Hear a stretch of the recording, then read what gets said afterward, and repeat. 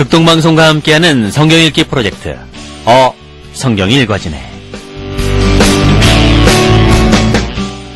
이 시간 생터 성경사역원 성경 읽어지네 전문 강사이신 함안 우리교회 배명옥 사모와 함께합니다.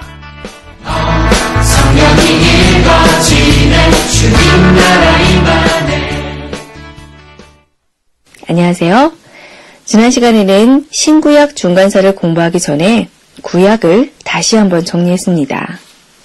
신약을 공부하려면 구약을 이어서 공부해야 하기 때문이었어요.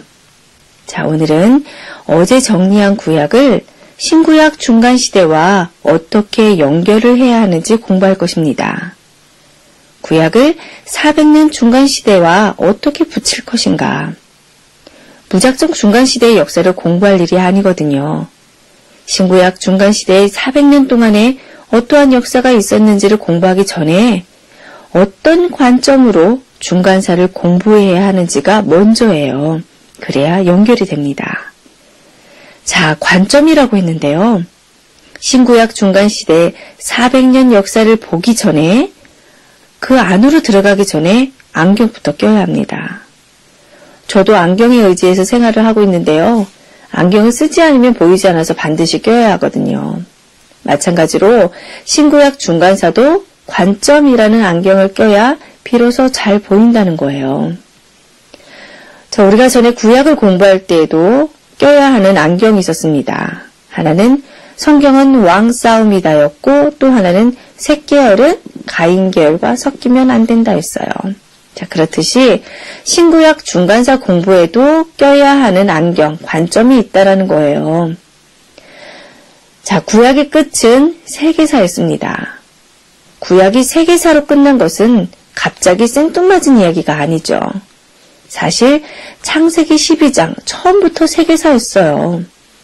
하나님은 아브라함을 부르시고 모든 민족을 향한 열방을 향한 분명한 방향성이 있으셨습니다. 히브리 민족만이 하나님이 아니라 지방신, 나라신에 갇혀 있는 것이 아니라 하나님은 처음부터 세계사, 우주의 하나님이셨어요. 그러니까 처음부터 세팅은 히브리 민족만이 아니라 세계사였다라는 겁니다. 자, 그리고 다니엘이 해석한 느부갓네살 신상 예언이 무엇인지 기억하실 거예요. 제국의 역사를 미리 예언한 꿈이었죠. 느부갓네살이 첫 번째 황제가 되어 대표로 꾼 꿈인데 그 예언이 맞다면 느부갓네살 신상 꿈의 예언대로 말라기 구약의 끝에서부터 시작하는 이 신구약 중간시대 400년의 역사는 실제로 신상의 예언이 정말 그대로 되는, 그것이 증명되는 역사여야 한다는 거죠. 반드시 그 예언대로 되어야 하나님이 세계사의 왕이시고 왕 중의 왕이신 거 아니겠어요? 증명되어야 합니다. 그러니까 구약과 신약을 붙이는 풀은 세계사 안경인 거예요. 구약의 끝에 서 있는 우리는 뭔가 찜찜한 것이 있어야 합니다.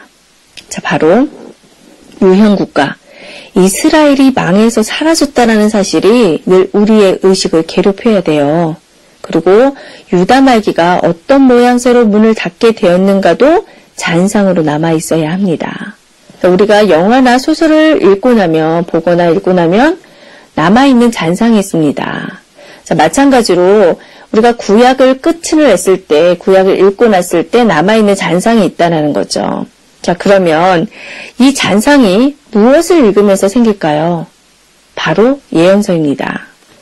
예언자들이 깨닫고 설교하고 살아냈던 내용들, 바로 예언자들의 메시지예요.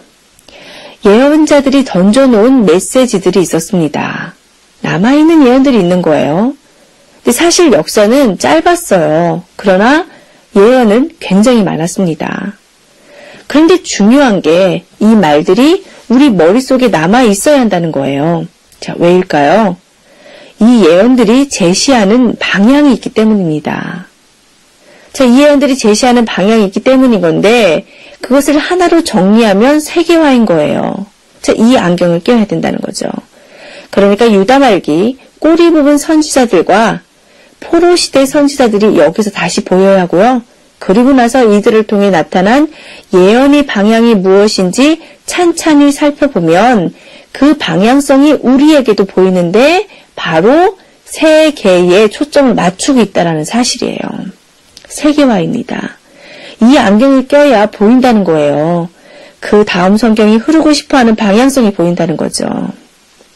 자, 다른 나라 박수, 무당, 술객들도 예언을 합니다.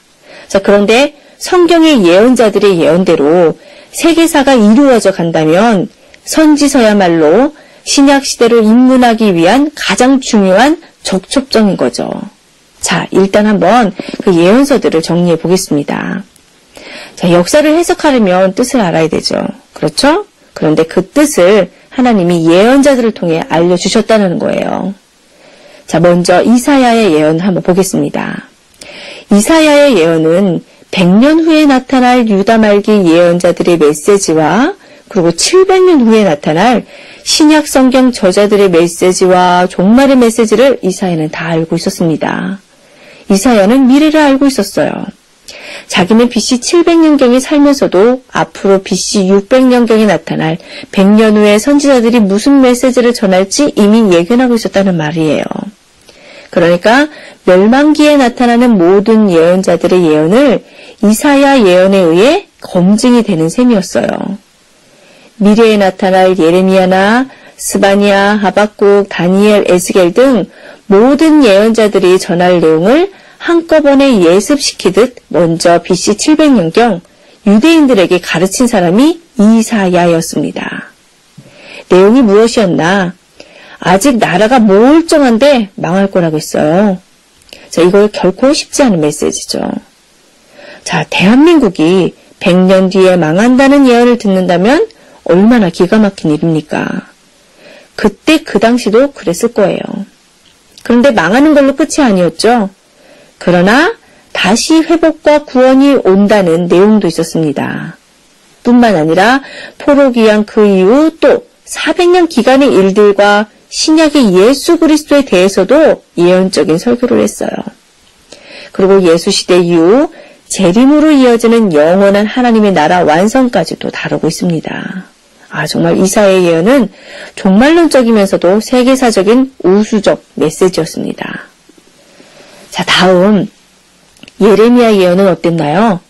예레미야 예언은 모세의 신명기적 예언을 이사야 예언에 연결시켰고 당시 국제사회를 무대로 베풀어진 예언들이었습니다. 모세가 신명기 28장에서 33장의 유언적 예언을 했었는데요. 예레미야는 약 1000년 전 과거에 나타났던 이 신명기 말씀이 사실대로 이루어질 것이라는 확신을 가졌던 사람이에요. 근데 정말 모세의 예언이 자기 시대에 이루어지고 있다는 그 아픔을 체감했습니다. 그러면서도 언약을 지키시는 하나님은 반드시 당신의 나라를 완성해 나갈 것이라고 믿었어요. 그리하여 100년 전 이사야가 남겨놓은 메시지를 연구했고 이 나라가 멸망하는 상황에서 구약 전체의 의미를 정리했습니다. 이거였어요. 하나님의 나라는 망하지 않는다. 회복된다.